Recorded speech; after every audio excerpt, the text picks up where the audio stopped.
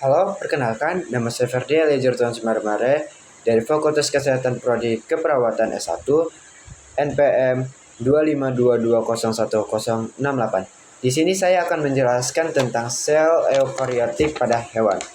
Yang pertama, seperti yang kita lihat, yaitu sel pinositotik, yaitu adalah vesikel kecil yang dibentuk dalam proses pinositosis, yaitu mekanisme seluler di hewan di mana sel menyerap cairan dan molekul terlarut dari lingkungan luar dengan meliputi membran selnya, menciptakan kantong atau vesikel berisi cairan yang kemudian dilepaskan ke dalam sitoplasma. Dan selanjutnya kita masuk kepada di sini lisosom. Lisosom adalah organel membran yang berbentuk seperti kantong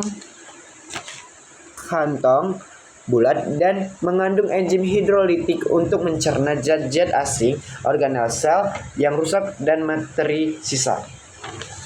Dan selanjutnya kita masuk kepada vesikel Golgi.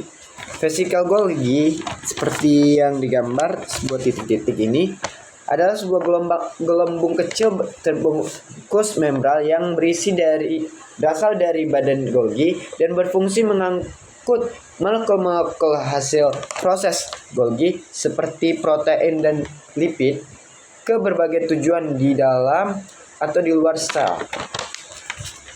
Selanjutnya yaitu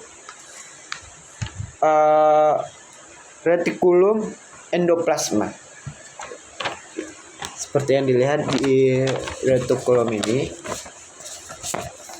oke. Adalah jaringan organel membran kompleks yang ada di sebagian besar sel eukariotik, berfungsi untuk sintesis protein dan lipid serta memindahkan molekul ke dalam sel. Tidak beda jauh dengan retikulum endoplasma. Retikulum endoplasma halus adalah mirip seperti itu, mirip seperti kegunaan retikulum endoplasma, tetapi tidak memiliki bulatan-bulatan kecil seperti retikulum endoplasma. Selanjutnya kita masuk kepada membran sel. Membran sel adalah lapisan tipis lipid dan protein yang mengelilingi sel, berfungsi sebagai pembatas antara lingkungan dalam dan luar sel, serta mengatur transformasi zat masuk dan keluar sel. Selanjutnya kita masuk ke sini,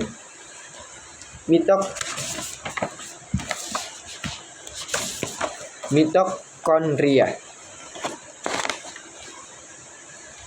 Mitokondria adalah organel penting di dalam sel yang berfungsi sebagai pembangkit tenaga sel, menghasilkan energi dengan bentuk ATP atau adenosis trifosfat dari pemecahan makanan.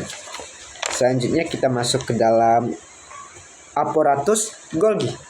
Aparatus Golgi adalah organel seluler utama yang berfungsi memproses, memilah, dan mengemas protein serta lipid yang baru disintesis untuk transportasi ke tujuan akhir, seperti membran sel, lisosom, dan atau sekresi dari sel.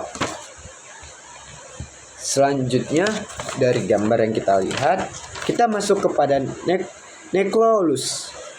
Nukleolus adalah tempat di mana memproduksi dan merakit ribosom yang berperan dalam sintesis protein dan berfungsi sebagai tempat transkripsi gen RNA ribosom. Setelah nukleolus, kita masuk kepada nukleus. Nukleus itu sendiri adalah tempat di mana organel besar yang ditemukan pada sel eukariotik, berfungsi sebagai pusat kendali sel yang menyimpan informasi genetik dalam bentuk DNA. Dan selanjutnya yaitu sentriol. Sentriol sendiri adalah struktur sel berbentuk silinder kecil pada sel hewan dan beberapa organisme lain. Terletak di dalam sentrosom yang berfungsi sebagai pusat perorganisasian mikrotubulus untuk pembelahan sel dan pembentukan silia serta flagella. Dan yang selanjutnya yaitu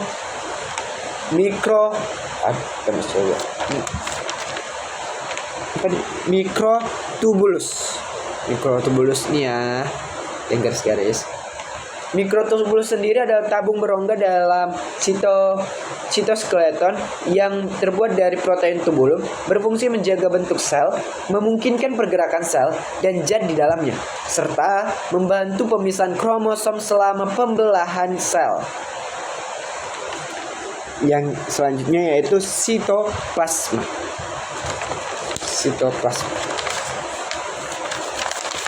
Ya Allah, Sitoplasma adalah bagian sel yang berada di dalam membran sel dan di luar inti sel. Terdiri dari sitosul, yaitu cairan, organel sel, dan inklusi sitoplasma. Dan untuk yang terakhir yaitu kromosom. Kromosom sendiri adalah organel sel berbentuk butiran kecil yang terdiri dari RNA dan protein, dan berfungsi sebagai sintesis protein atau pabrik protein dalam sel. Sekian dari saya. Terima kasih telah melihat video ini. Jika ada kesalahan saya mohon maaf. Hanya sekian dari saya, kurang lebihnya mohon dimaafkan.